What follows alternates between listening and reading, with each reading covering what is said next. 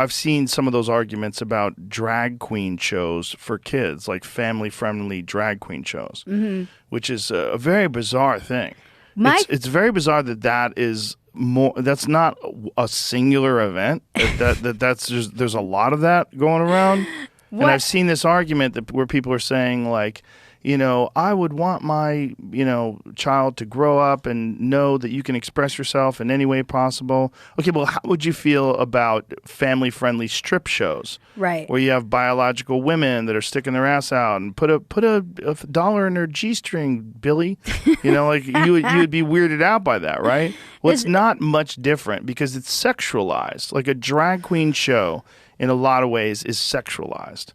And so you're sexualizing this idea of these men. Many of them have autogynephilia. They get a sexual kink out of dressing up as women, and then they're doing that in front of children. And then the children are like, it's one thing to say, hey, they should be able to do whatever they want. People love drag queen shows. You should definitely be able to do that if you're a grown man.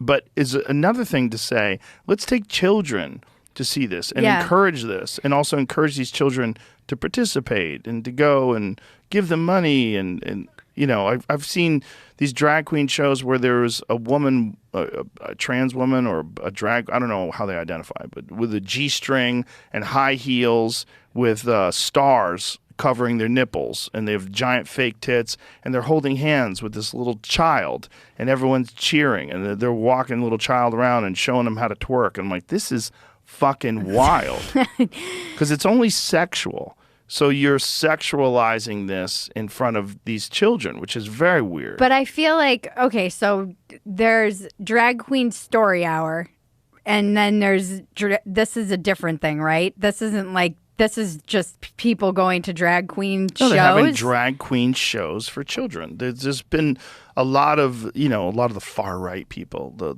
far right. A lot of, Christians were protesting against this, and they find it offensive, and the libs of TikTok will, find these videos and post it. And the thing is, it's not one. It's not just one instance where some wacky community thought it was cool to do this. It's like, why is this happening, and why was this never happening before?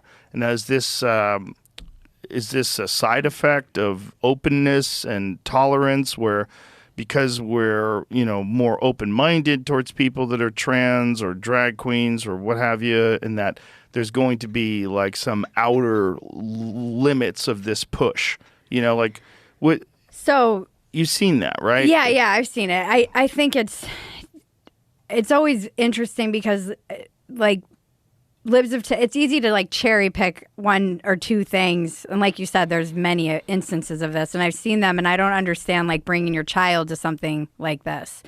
I don't know how like common that is, or if it's a cherry picked instance that now gets picked up by everybody as kind of chum and passed around, and it's something that happened once, and now it seems like, oh, everyone's doing this. And it's not everyone, but the thing about the internet is there's so many instances. There's so many of them, and then people see those instances and they duplicate it, which is becomes acceptable. Right. So I guess the like pushback I've heard from my whole question is like, how did Drag Queen's Story Hour, let's just talk about Story Hour, become a thing? When did, what do you mean by that? Like, drag Queen Story Hour. So it's drag queens reading stories to children. Yeah, and the pushback is history. 2015 in San Francisco. Drag Queen Story Hour started in 2015 in San Francisco.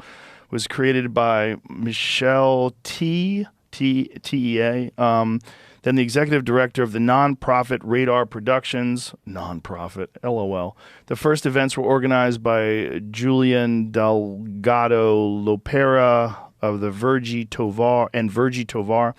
T, who identifies as queer, came up with the idea after attending children's library events with her newborn son and finding them welcoming but heteronormative. Okay. She imagined an event that was more inclusive and affirming to the LGBTQ families. Okay. First event was held at the Eureka Valley Harvey Milk Memorial Branch Library, LBGT Castro neighborhood of San Francisco, and featured drag queen Persia as well, and was well received by that community, I guess. And other DSH events in San Francisco featured several drag queens of color, including Honey Mahogany, Eve St. Croissant, and Panda Dolce. As of February 2020, there are 50 plus official chapters of DSH spread internationally, as well as other drag artists holding events at libraries, schools, bookstores, and museums.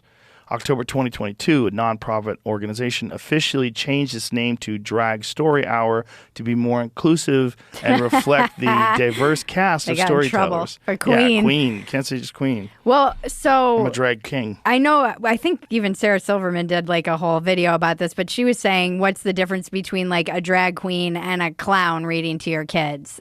And I mean, clowns are fucking creepy. They're fucking creepy. Yeah, those are weird so too. I'm actually maybe more inclined to be creeped out by a clown than a drag queen. Depends, it depends on what's going on at the show. If it's just a person is dressed up like a woman who wants to read things. So I think this is where two things are getting combined as one. Drag queen story hour is like you go to a library and there's a drag queen reading a story to your kid. Right. The drag queen shows that we're seeing kids taken to, I don't know what that is. Well, I think that's what comes out of Drag Queen Story Hour when people take it to the next level. Okay. I think that's what people are concerned with. I mean, like Drag the Queen slippery Story slope? Hour. Yeah.